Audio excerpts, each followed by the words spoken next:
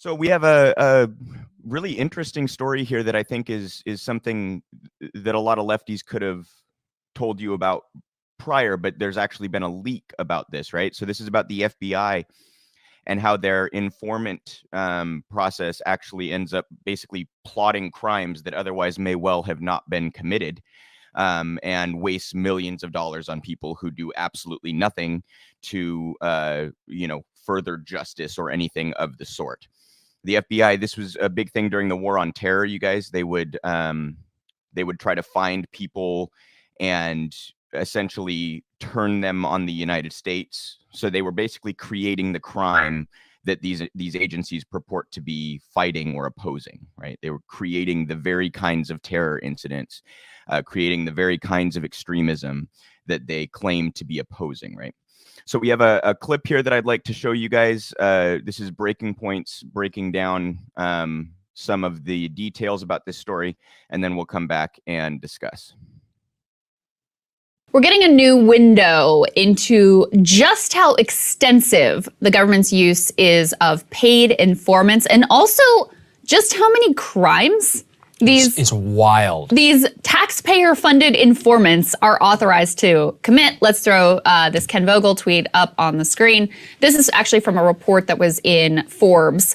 Federal agencies paid $294 million to confidential informants. That was from 2011 to 2018. The DEA paid an Amtrak employee $963,000, which the IG called a substantial waste of government funds. Oh, you think? In addition, this was maybe the part that was most stunning to me. The FBI authorized informants to commit 22,823 different crimes. In just 4 years, between 2011 and 2014. As part of their work. And I mean, this really gets to some of the questions that we've raised on this show about the overuse of informants, how oftentimes the incentive for the government and for these informants is to create crime that they can be involved then in quote unquote disrupting acts that may never have been plotted or executed on if you didn't have government agents involved every step of the way saying, hey, you should do this and let me help you and let me push you and why don't we make it a bigger plot? Why? Why are the incentives in place? First of all, sometimes these informants, they only get paid if they're out there, helping to foment crime. But in addition, from the government's perspective, a lot of times the actors involved, they get to have the big press conference, political careers are made after over big high profile terror plot disruptions and those sorts of things. So their incentive also is to help foment plots that then they can, with much fanfare, disrupt. So the numbers here, ultimately, in just a few years, are pretty stunning to look at. And what's funny is that because this is a non-political report, they point to the Gretchen Whitmer plot and January 6th as areas where we have seen government informants who have been authorized to commit crimes, or at the very least have not been charged because of their role in the actual crime itself, and then reporting it to the higher ups or possibly testifying, providing evidence, and all of that. So we know that in some cases, these people are confidential informants who are not getting paid. And in many cases, though, they're getting paid a lot, like a lot of money. An airline employee, $500,000. Amtrak, $1 million. DEA is paying an average $26,000 over a 5-year period, which, it's not that much money, but it's also not nothing. So you're seeing here hundreds of millions of dollars being spent on these informants and 22,000 crimes, which, once again, according to their law, it's actually kind of crazy. They're allowed to authorize people to commit crimes as long as they're reporting on other crimes. And look, I get it. It's complicated. Sometimes you need that. But there's not a lot of oversight here. The fact is that this didn't even come from an IG report. It came from a bunch of guys who had to go through the federal court system and compile as much of the data. The government hasn't released any of the data as recently. 22,000 crimes in 4 years. I mean, what's that on average? Something like, look, that's like 6,000 crimes a year, something like that. And maybe even higher in recent years. We don't know. There's no data that's really publicly available in terms of recent times. So this stuff is being done in our name. It's a real corruption of the Justice Department. That is exactly right. They call them otherwise illegal acts, otherwise known as... Otherwise a crime. Crimes. Yeah. And to give you a sense of how much abuse there's been within this program.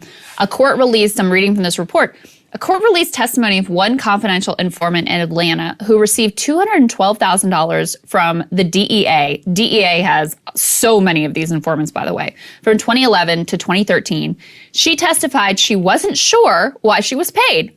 That was her testimony. She also testified to a sexual relationship with the DEA group supervisor who allegedly convinced the subordinates to falsify reports to justify those payments. That case currently under review by the Inspector General. So it's one of those stories where the details kind of seem stunning, but it's, you know, if you follow the FBI much, it's really not all that surprising. Really law enforcement as a whole. And we're going to get into some more police stories later today, but almost 30,000 crimes, you guys, just in the last handful of years. I think she's had 28,000 some odd crimes in the last handful of years. They're plotting crimes to justify their own existence and to stoke fear. It all plays into this whole big picture game, if you will. They mentioned, I think, the Whitmer plot, Gretchen Whitmer, who she's governor of Michigan. There was a plot to kidnap her, right? Well, as it turned out, there were more FBI informants involved in that plot than there were defendants. So who actually came up with this? Who actually put this idea in these people's heads? Who actually created the whole scenario to start with, right? Very likely that plot doesn't occur if the FBI doesn't create it. Well, then they get to conveniently claim that they squashed it, justify their own existence, make themselves appear necessary, right? So it's self-preservation first and foremost. It's also it just feeds into all of the pro-cop propaganda, all of the fear mongering that is used to control populaces, etc. Right? You need this authority, or else everything will go to shit, is what they want everybody to believe all of the time. They want you in a constant state of fear. And the irony, of course, is that you should probably fear the FBI more than you fear the criminals that they claim to, keep in check. And on that note, I wanted to show you guys